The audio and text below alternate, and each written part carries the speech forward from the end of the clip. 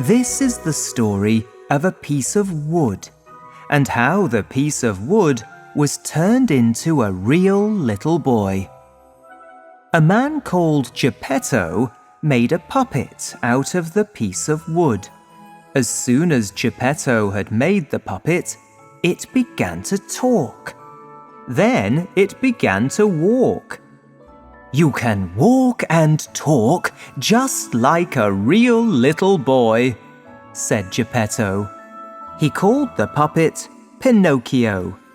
Geppetto had always wanted a little boy of his own. "I wish you could be a real boy, Pinocchio," he said. Geppetto told Pinocchio he had to go to school. But Pinocchio was a naughty little puppet. He did not want to go to school, so he ran away into the wood. He met a fairy in the wood. The fairy said, "Geppetto told you to go to school. Did you go?" Pinocchio told a lie. He told the fairy he had gone to school. As soon as he told the lie, his nose got longer and longer. "You naughty little puppet," said the fairy.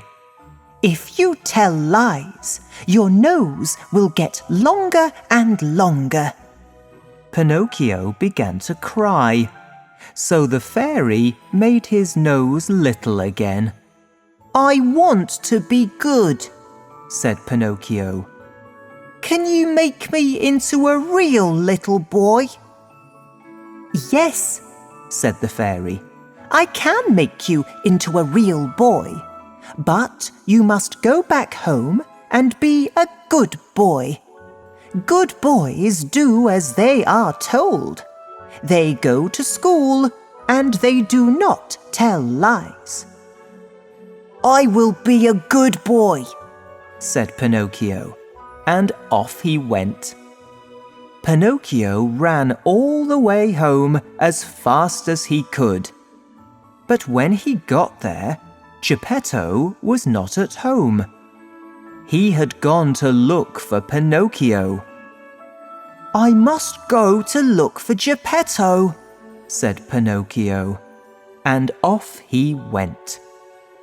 He walked for days and days, but it was no good. Geppetto could not be found. Then Pinocchio met some naughty boys. They took him to Toyland, where they played and played all day long. Then one day, all the naughty boys in Toyland began to turn into donkeys. Pinocchio turned into a donkey too. Pinocchio ran away. He ran for days and days. At last, he got to the sea and jumped in the water. As soon as he was in the water, Pinocchio turned into a puppet again. But there was a huge fish in the sea. Pinocchio could not get away, and the fish swallowed him in just one bite. Pinocchio found Geppetto inside the fish too. The fish had swallowed him when Geppetto was looking for Pinocchio. Pinocchio was so happy he had found Geppetto at last. "I will save you," Pinocchio told Geppetto. "I will get you out of here." Pinocchio made a huge fire out of all the pieces of wood he found in the fish. The fire made the fish sneeze and sneeze and sneeze. At last, the fish sneezed Geppetto and Pinocchio back out into the sea. Pinocchio pulled Geppetto out of the water and took him all the way home. Pinocchio got Geppetto into bed and took care of him. Soon, Geppetto was well again. The next day, Pinocchio went back to school just as the fairy had told him he must. Then, one day, the fairy came to Geppetto's home. "You are a good little puppet," she told Pinocchio. "You saved Geppetto and took care of him. You did as I told you, and you went to school.